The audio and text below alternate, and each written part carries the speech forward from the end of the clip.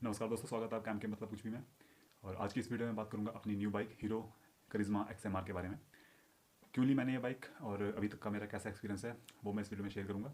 तो दरअसल अभी तक मैं जो बाइक चला रहा हूँ वो है बजाज की डिस्कवर 125 ST, जो कि मैंने ली थी 2012 में। तो अभी तक उसको कम से कम 12-13 साल हो चुके हैं और अभी तक मैंने उसे चलाया है सिर्फ 38,000 किलोमीटर। तो दरअसल जब मैंने अपनी पहली बाइक ली थी वो भी मैंने काफ़ी सोच विचार के साथ ली थी। तो इसको इतना कम चलाने का कारण ये था कि मैंने इसको ज़्यादा यूज़ ही नहीं किया। उस समय कोई मुझे टूरिंग का कॉन्सेप्ट ही नहीं पता था कि बाइक से भी टूरिंग करते हैं लोग, बाइक से भी दूर दूर जाते हैं। और उस समय मैं थोड़ा यंग भी था, तो मतलब डरपोक भी था इतनी दूर कहीं ट्रैवल करने का रिगार्डिंग। और मेरे को ये सर्कल भी नहीं था फ्रेंड्स का जो कि ऐसा कोई कर सके काम ट्रैवलिंग वाला। तो मैं इससे ज़्यादा कहीं गया ही नहीं लेके। मैक्सिमम जिसको लेके गया भी होऊंगा तो 60-70 किलोमीटर दूर लेके जाऊँगा बस एक बार में मन को में। उसके बाद जब मेरी नौकरी वगैरह लगी तो मेरा जो जहाँ मैं काम करता हूँ वो दरअसल उसका डिस्टेंस बहुत कम है। वो 4 किलोमीटर मेरा जाना होता है, 4 किलोमीटर मेरा आना होता है। तो ले देखे वो 8 किलोमीटर पूरे दिन में चलती है। इसलिए पूरे इन 10-12 साल के दौरान वो इतना ही चल पाई। और उसके बाद अचानक से ये एकदम से यूट्यूब वीडियोस पे ट्रैवलिंग की वीडियोस देख देख के बाइक्स में ट्रैवल कर रहे हैं लोग। मैं बहुत ज़्यादा इंप्रेस हो गया इस बात से कि हाँ, ये बाइक्स में भी ट्रैवल किया जा सकता है। तो फिर मुझे लगा कि ट्रैवल तो कर सकते हैं, लेकिन इसकी मेरी क्रूजिंग स्पीड क्या होगी अगर मैं इसी बाइक को लेकर चलूँ। तो इसकी क्रूजिंग स्पीड बढ़िया, जो इसमें बढ़िया क्रूज़ कर पाती है वो 60 की थी। और अगर इसे लेके खींच भी सके तो ये टॉप स्पीड 105 की भी है इसकी। लेकिन अगर हम एक इंजन हैप्पीली इंजन जो रैप करता है वो 60 पे ही करता है लगातार अगर क्रूज़ करना है तो 80 पे अगर मैं इसे क्रूज़ कराऊंगा भी तो ये बहुत मतलब ज़बरदस्ती वाला सीन लगता है, फील आता है, ऐसा लगता है। और इसका दूसरा रीज़न ये भी था कि दरअसल मैंने इसकी मेंटेनेंस भी सही ढंग से नहीं करवाई, टाइमली नहीं करवाई थी, और ना ही कंपनी में करवाई। कंपनी में ना करवाने का रीज़न ये था कि जब मैंने बाइक ली थी तो उसकी सेकंड सर्विस में जब मैं कंपनी में गया करवाने, तो उन्होंने सर्विस की, चेन लूप की, बाइक वॉश की और इंजन ऑयल को बस चेक किया और फिल्टर वगैरह साफ़ किया। और इस सब के उन्होंने मुझे 700 रुपये का बिल बना के दिया। उस समय के हिसाब से 700 रुपये बहुत ज़्यादा था, बहुत ज़्यादा क्या, बेवकूफ़ी थी। क्योंकि 350 रुपये में बाहर सर्विस हो जाती थी, वो भी इंजन ऑयल के चेंज के साथ। तो वो एक तरह से झटका लगा मुझे लगा लूट रहे हैं शोरूम वाले, अपनी धारणा बना कि लूटते ही हैं वो। और तो मैं उसके बाद दोबारा गया ही नहीं शोरूम पे। और मैंने जो भी सर्विस कराई तो अपने आप बाहर से ही करवाई, और इसलिए वो एक तरह से प्रॉपर मेंटेन नहीं रही। जब भी मुझे लगा तब मैंने कराई, नहीं तो नहीं कराई काफ़ी टाइम तक, क्योंकि चलती भी ज़्यादा नहीं थी।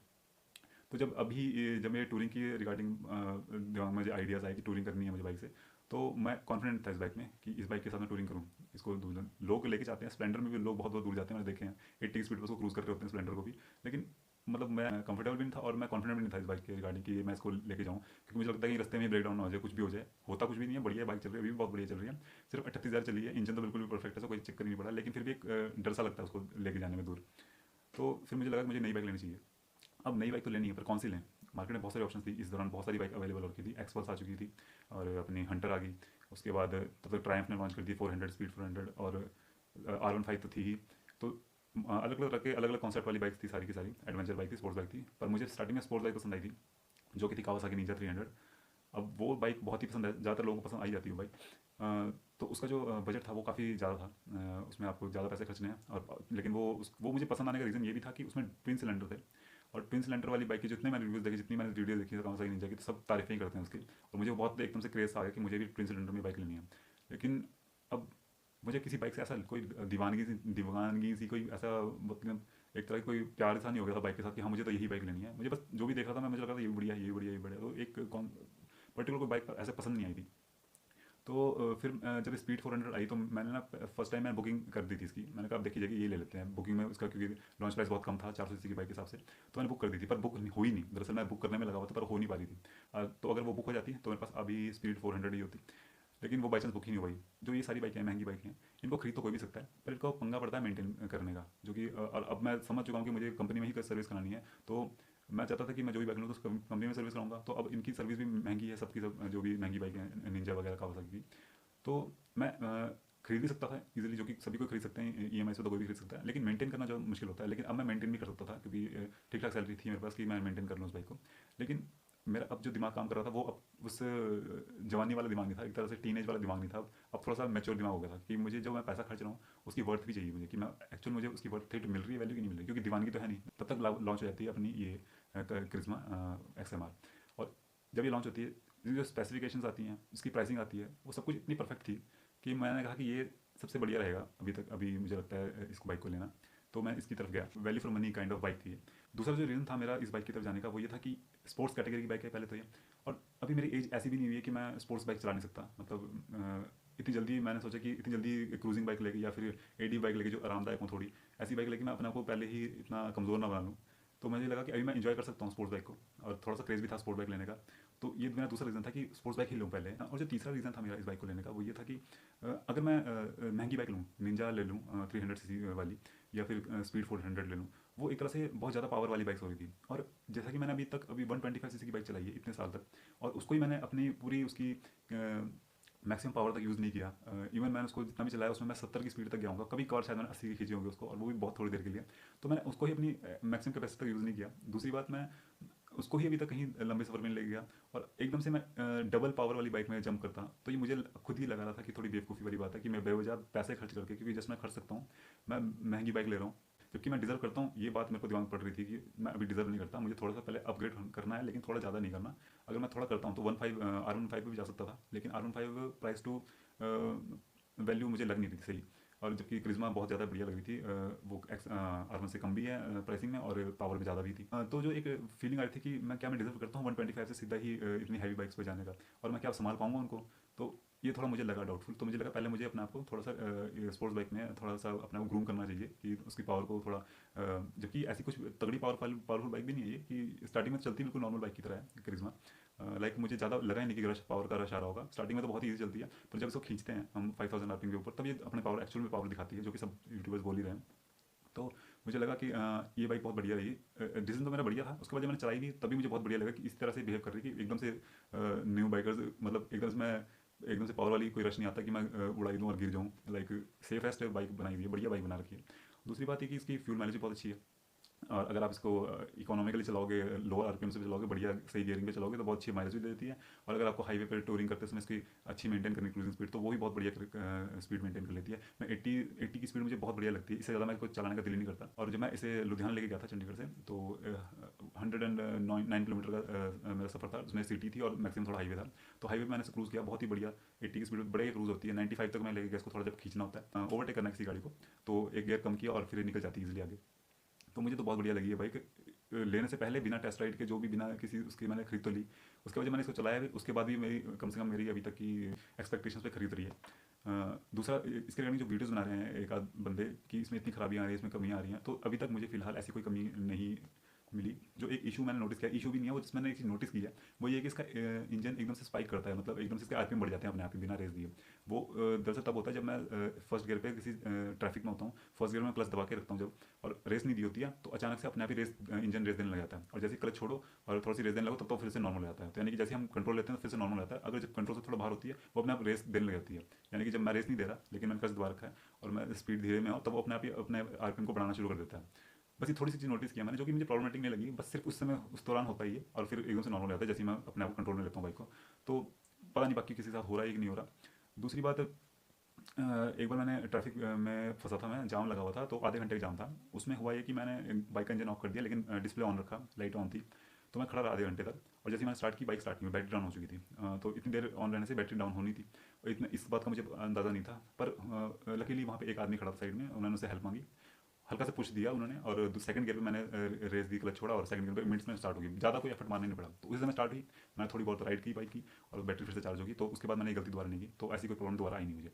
और एक आध और चीज़ नोटिस की जो मैंने, वो ये थी कि इसका पिछला टायर स्लिप, साइड को स्लिप होता है, और जो कि शायद मुझे लगता है सभी बाइकों में होता होगा। तो क्योंकि मेरी पुरानी बाइक में तो होता ही था, तो उसको तो मैं धीरे धीरे कंट्रोल कर लिया, मैं समझ में आ गया। लेकिन नई बाइक में एकदम से जब मैं हार्ड ड्राइविंग कर देता हूँ तो साइड टायर स्लिप होता है।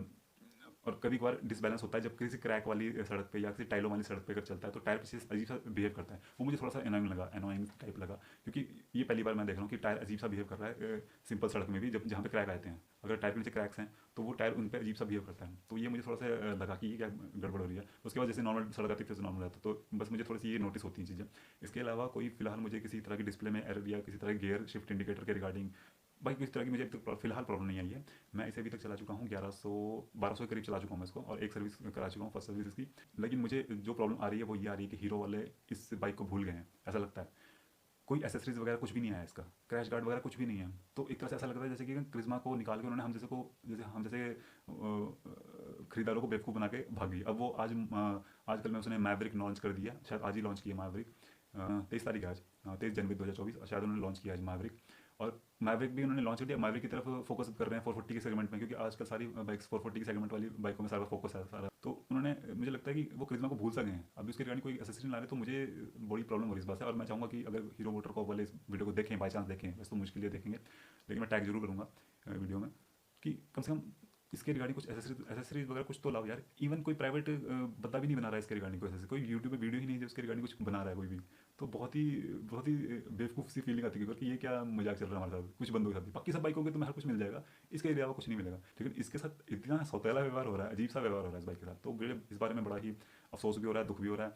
पर लेकिन खैर चलो ठीक है, कोई बात नहीं, जब आना होगा आ जाएगा, नहीं तो फिलहाल तो बढ़िया चल रही है बाइक, कोई प्रॉब्लम नहीं है। मेरी पुरानी बाइक में मैं ऑफिस जा रहा था तो साइड से एक गाड़ी वाले ने मुझे टक्कर मार दी।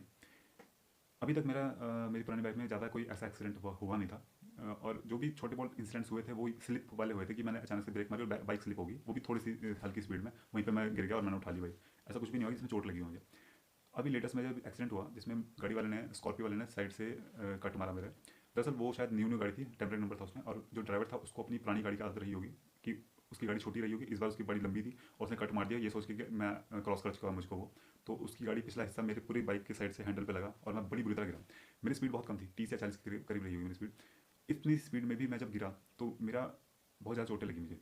चोटें छोटी छोटी थी लेकिन बहुत ज़्यादा लगी, लाइक हाथों में लगी, हाथ उंगलियों में, हथेली में, दूसरे हाथ में, घुटने पे, एक पैर के घुटने पे लग गया, छिल गया, और दूसरे पैर के शिन बोन में छिल गया। इवन जूता फटा, जूते के फटने से अंदर तक चोट लगी। तो ये जो 10-12 चोटें लगी, इवन कंधे पे लगा, सिर बजा हेलमेट सीधा ज़मीन पे ठाक करके।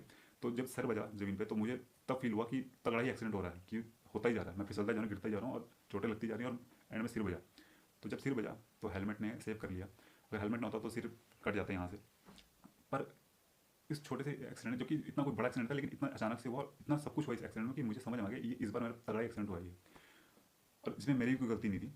तो अगर मैं, नॉर्मली कौन पहनता, कोई भी नहीं पहनता ऑफिस जाने के लिए गियर्स वगैरह, लेकिन अगर उस दिन गियर्स पहने होते जाके, हाथों में बढ़िया ग्लव्स होते, पैर में जूते बढ़िया होते, और हेलमेट बढ़िया, चलो हेलमेट तो ठीक था ही, पर वो भी कमज़ोर वैसी नकली सा हेलमेट था, लेकिन उसने ही सेव कर लिया, तो ये चोटें ना लगती।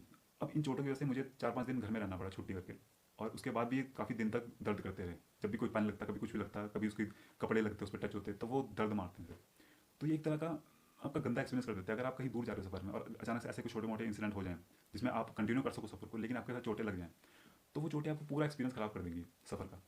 तो ये एक बहुत ही, मतलब मुझे टर्निंग पॉइंट था कि मेरी पुरानी बाइक में ये एक्सीडेंट हुआ, बड़ी बाइक में, न्यू बाइक में एक्सीडेंट नहीं हुआ, और मैं समझ गया कि मुझे गियर्स लेने चाहिए, अपने सेफ्टी गियर्स तो लेने चाहिए। और तब मुझे सही लगा कि मैंने ज़्यादा पैसे बाइक पे ना खर्च के, अभी पैसे एक्स्ट्रा जो पैसे मैं खर्चने वाला था बाइक में, वो मैं गियर्स में खर्च सकता हूँ। बढ़िया जूते, बढ़िया ग्लव्स, मैं ग्लव्स मंगा चुका हूँ, मैंने नी गार्ड मंगाया, राइनॉक्स के ग्लव्स मंगाए, और जूते मंगा लिए मैंने, राइडर कंपनी के जूते मंगा लिए हैं, और 3 आइटम आ चुके हैं। लेकिन अभी मैं जैकेट और पैंट्स वगैरह भी देखूंगा, और हेलमेट भी थोड़ा और बढ़िया देखूंगा। अब मैं हेलमेट भी नया ले चुका हूँ वैसे, लेकिन वो भी बहुत अच्छा है। अगर आगे कोई और बेटर चीज़ मिलेगी तो और बेटर पे खर्चूंगा, लेकिन लाइक 50,000 तो कम से कम गियर्स में खर्चने हैं, अपनी सेफ्टी गियर्स में मैंने खर्च नहीं खर्चने हैं, ताकि 2 लाख 3 हज़ार की ये बाइक है और 50,000 का अपने कम से कम गियर में खर्चो, ताकि आप सेफ्टी राइड कर सको।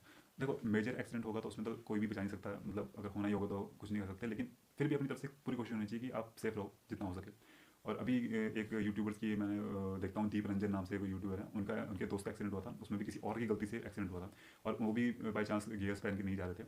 तो किसी और की गलती से भी आपका एक्सीडेंट हो सकता है, तो ऐसे में क्या करोगे आप? तो आपके गियर से आपको थोड़ा बहुत बचा सकते हैं। तो मुझे लगा कि तभी मैंने सही डिसीजन लिया है कि पैसा खर्च सकते थे आप, बड़ी बाइकों में खर्च सकते हो, अगर खर्च सकते हो आप बढ़िया है, खर्च लो, पर गियर्स भी लो, ये बहुत जरूरी है, गियर्स लेना जरूरी है। बाकी अभी तो लॉन्ग राइड्स पे लेके जाऊंगा तब जाके पता लगेगा एक्चुअल में सच में मेरा डिसीजन सही था कि नहीं था। एक थोड़ी सी कमी रहेगी कि इसकी एक्सेसरीज नहीं आई है अभी तक, वो आ जाती तो बहुत बढ़िया होता। लाइक कोई बना ही दे, कोई थर्ड पार्टी बना दे, उसकी थोड़ी विंड स्क्रीन बना दे बढ़िया सी, ताकि थोड़ा हाई स्पीड जब क्रूज करें तो अच्छा आपको वो मिले, विंड प्रोटेक्शन मिले। और इसके क्रैश गार्ड वगैरह लग जाएँ, क्रैश गार्ड कम से कम लग जाएँ, ताकि बाई चांस कभी गिरे तो फिर प्लास्टिक पैनल्स थोड़े बच जाएँ। तो बस ये थोड़ी बहुत कमियाँ हैं जो मुझे खल रही हैं, बाकी तो बहुत बढ़िया चल रहा है फिलहाल। तो बने रहिए मेरे साथ।